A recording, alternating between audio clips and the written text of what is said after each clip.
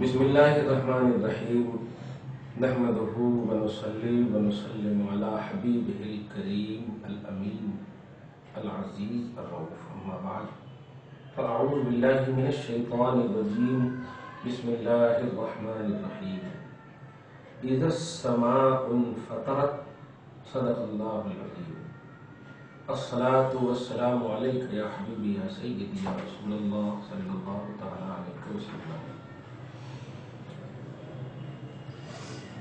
سورہ نبا، سورہ نازعات، سورہ عبس، سورہ تکویر، 4 سورہ درس ہو چکا ہے۔ الحمدللہ 20 پارٹ امت کی خدمت میں جا چکا ہے۔ آج ہے سورہ انفطار۔ اس کا کیا معنی ہے بھی آ رہا ہے۔ یہ سورہ بھی مکی ہے، کنٹینیو چل رہا ہے مکی ہے۔ ایک لفظ میں ہمیشہ بولنا چاہتا ہوں، آج یاد ہے۔ قرآن تو اللہ کا کلام ہے، کلام اللہ ہے، اور کلام اللہ جو ہے سورت سے، آیتوں سے مرکب کا نام ہے۔ تو سورت کی نسبت یا کلام کی نسبت، قرآن کی نسبت تو اللہ پاک کی طرف ہونی چاہیے۔ لیکن کیا بات ہے، سورت کی نسبت مکہ کی طرف ہو رہی ہے، یہ مدینہ کی طرف ہو رہی ہے، یہ سورہ مکی ہے، یہ سورہ مدنی ہے، کیوں؟ نہیں، یہی دیکھیے گا، اس میں ایک ہم لوگ اہل ارادت ہے، اللہ کرم ہے۔ اس میں خاص فیض یہ ہے اور راز بھی یہ ہے، اللہ پاک چاہتا ہے میری ذات اور میری بات دونوں کی پہچان نبی سے ہو، دونوں کی پہچان نبی سے، میری ذات کی پہچان بھی نبی سے ہو محمد رسول، اور میری بات کی پہچان بھی نبی سے ہو۔ ذات کی پہچان تو آپ ایک دم حدیث پاک کے حوالے سے سن لی ہے کہ جس نے رسول کو دیکھا اس نے خدا کو دیکھا، اور بات کی پہچان اسی پہلو سے آپ لیجیے کہ سورہ یہ مکی ہے، یہ مدنی ہے، اس کا مکی مدنی بچے ہمارے ماشاء اللہ بڑے بچے کے دوست ہیں، بیٹھے بیٹھے آئیے ایک دم کھلے عام، ایک دم آئیے، کوئی حق نہیں۔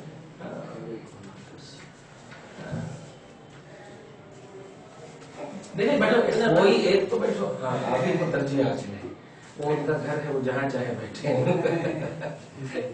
یہ رکھ لیجیے خالد کے ساتھیاں ہیں۔ ہاں جی جی، بیٹھیے بیٹھیے، یہ بڑی اچھی درس ہے، دیکھیے اچھے درس میں بیٹھے۔ اللہ پاک چاہتا ہے میری ذات کی پہچان اور میری بات دونوں کی پہچان میرے حبیب سے ہو۔ چنانچہ حدیث میں پڑھے آپ، جس نے رسول اللہ کو دیکھا اس نے اللہ کو دیکھا، تو ذات کی پہچان ہوئی۔ اور بات کی پہچان یہ ہے کہ آپ قرآن میں ہر سورت کے شروع میں دیکھتے ہوں گے کہ سورۃ الفاتحہ مکیہ، سورۃ النبا مکیہ، سورۃ الفلاں مدنیہ، سورہ فلاں مکیہ مدنیہ۔ تو یہ مکیہ مدنیہ کیوں ہے؟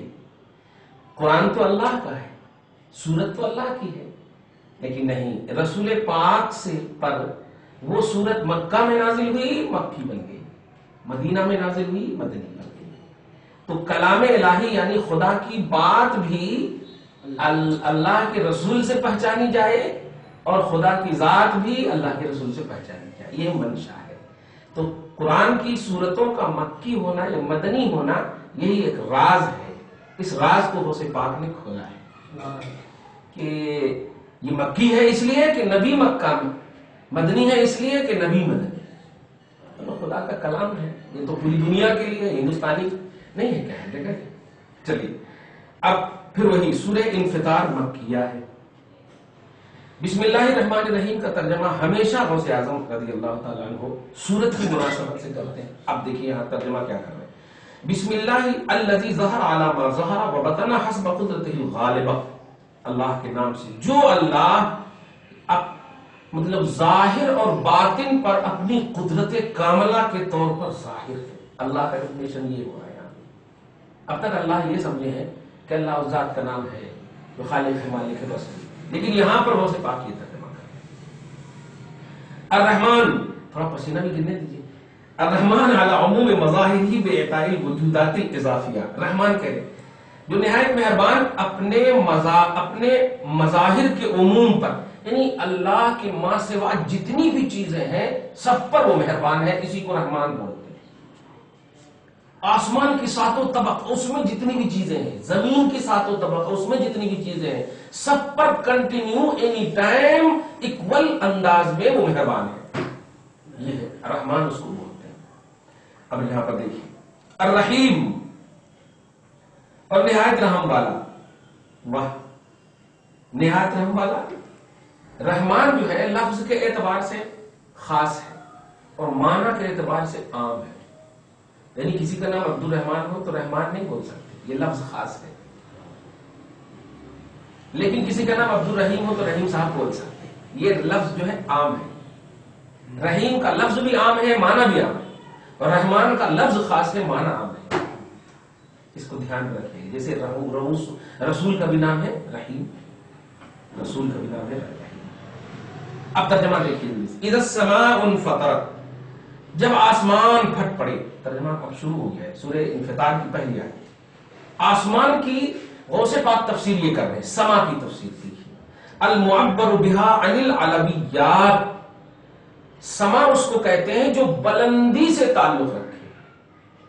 اسی لیے بندہ اس طرح دعا نہیں کرتا، حالانکہ عقیدہ ہے کہ بندہ ہر جگہ ہے، اللہ ہر جگہ ہے، اللہ کا نور ہر جگہ ہے. تو آسمان زمین کی طرف بھی تو کبھی ہاتھ کر دیتے، جب اللہ ادھر بھی ہے ادھر بھی ہے، جدھر تم چہرہ کرو اللہ کا نور ادھر ہی، اللہ کا رحم ادھر ہی، اللہ کے کرم ادھر ہی، ہر جگہ ہے. تو پھر نیچے ہاتھ کیوں نہیں کرتے؟ تو نیچے جو ہے یہ پستی کو بتاتا ہے، اور اللہ کی ذات پستی میں بھی اگر ہے تو وہ بلندی کا عقیدہ دیتی ہے کہ اللہ کو ہمیشہ بلند سمجھو. اسی لیے اللہ کے بندے ہاتھ اٹھا کر بلند کے اعتبار سے اللہ کو یاد کرتے ہیں، حالانکہ عقیدہ ہے کہ اللہ نیچے بھی ہے، ہر جگہ ہے، ہر ذرے میں ہے اس کا نور. تو المعبر بها عن العالمیات، ایک ایک لفظ میں غوث پاک میں ایک ایک لفظ میں غوثیت نظر آتی، ایک ایک لفظ میں علم اور فقاہت. اب آپ دیکھیے جنرلی ہے نا اللہ آسمان پر ہے، اگر یہ مان لیں تو پھر زمین پر، زمین کے لوگوں کی دیکھ ریکھ کون کر رہا ہے؟ آپ کو ماننا پڑے گا کہ اللہ نور السماوات والارض، آسمان زمین سب کا وہ پیدا کرنے والا ہے، سب کا وہ مالک ہے. لیکن آپ ایک ہی طرح دعا کیوں کرتے ہیں؟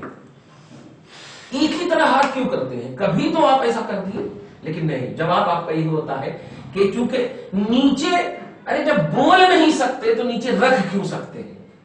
اللہ کی ذات بہت بلند ہے، اس لیے بلندی کے لیے آپ کو اٹھانا پڑے گا. مرفوع. المتاثرات عن الاسماء والصفات، تو سما کی تفسیر دیکھیے گا. سما کی تفسیر کر رہے ہیں اللہ کے اسماء سے اور اللہ کی صفات سے. اللہ کے اسماء اور اللہ کی صفات، یعنی اللہ کی جو 99 نام ہے وہ آسمان اسی کا نام ہے، اسی کا نام ہے. یعنی بلندی کی جتنی کوالٹی ہو سکتی ہے دنیا میں، وہ ساری کوالٹی اللہ کے اسماء اور صفات ہے، اور کوئی نہیں. مخلوق جو اپنے آپ کو بلند بولتی ہے وہ بلند حقیقت میں نہیں ہے، وہ بلندی کا اثر ہے، وہ جھاگ ہے، وہ شعاع ہے، وہ کرن ہے. اللہ بلند ہے، اسماء و صفات. انفطر، جب آسمان پھٹ پڑے، اے انشقت وانخرقت ولم يبق قابلیتها للتأثر والاستمداد من الاسماء والصفات. اس طرح پھٹ پڑے کہ مطلب خود بھی قائم رہنے کی صلاحیت نہ ہو. وہ آسمان جب مخلوق ہونے کے اعتبار سے پھٹ پڑے گا تو اس آسمان کو بھی یہ صلاحیت نہیں ہوگی کہ ہم کہیں جا کر چھپ جائیں یا کہیں جا کر ٹھہر جائیں، کہیں یہ صلاحیت نہیں ہوگی. آسمان کا بھی منظر ہے، وہ قیامت کا منظر ہے. پہلی آیت ہوگی وَإِذَا الْكَوَاكِبُ الَّتِي تَعَيَّنَتْ عَلَيْهَا بِالْهَوِيَّاتِ وَتَكَسَّرَتْ بِالْحَيَاةِ وَالْمَاهِيَاتِ. اور جب ستارے جھڑ پڑیں گے، ظاہر ہے درخت جب گرے گا تو پھل تو گرے گی ہی آٹومیٹک، تو آسمان ہی جب گر جائے گا تو ستارے تو اس کے محتاج ہے نا. تو وَإِذَا الْكَوَاكِبُ انْتَثَرَتْ، اور جب ستارے جھڑنے لگے، اے وَتَفَرَّقَتْ أَوْضَاعُهَا وَتَلَاشَتْ أَشْكَالُهَا وَهَيْئَاتُهَا، یعنی وہی پھٹ پڑے، ٹکڑے ٹکڑے ہو کر کے گر گئے. وَإِذَا الْبِحَارُ، پچھلے کی صورت میں آپ نے یہ پڑھا تھا کہ جب آگ لگایا جائے پانی میں،